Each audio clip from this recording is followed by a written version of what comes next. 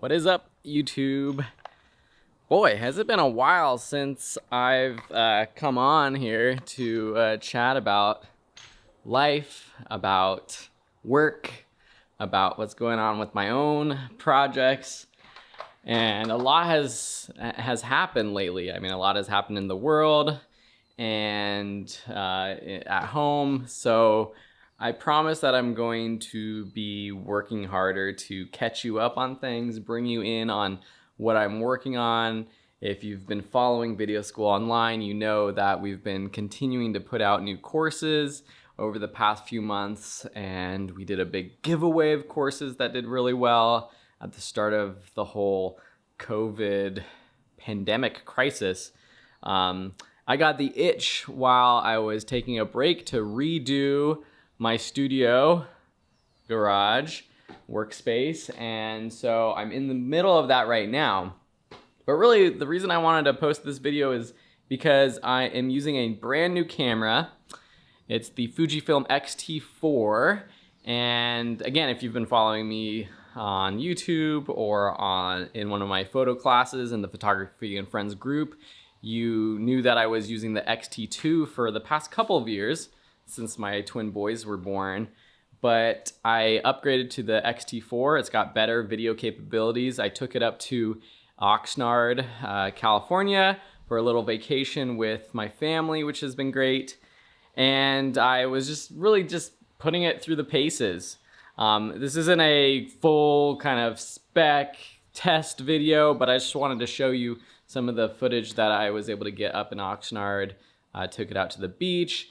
A lot of what I do with my camera work now is just family stuff, family photography, capturing the moments, and just bringing it out to get that kind of documentary life. But it also feels like this is a great camera that will be good for actual documentary work. I'm actually going to be using this camera for most of my video production work here in the studio. I know it's not kind of like the traditional camera for that kind of work.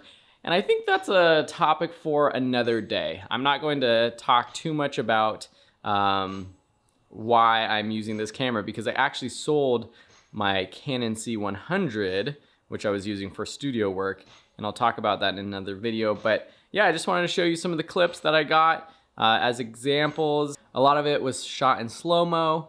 I'm trying to test the slow-mo, testing the stabilization, which this camera now has internal stabilization, and also just a variety of lenses. Some of the ocean stuff that you see is with the 100 to 400 millimeter.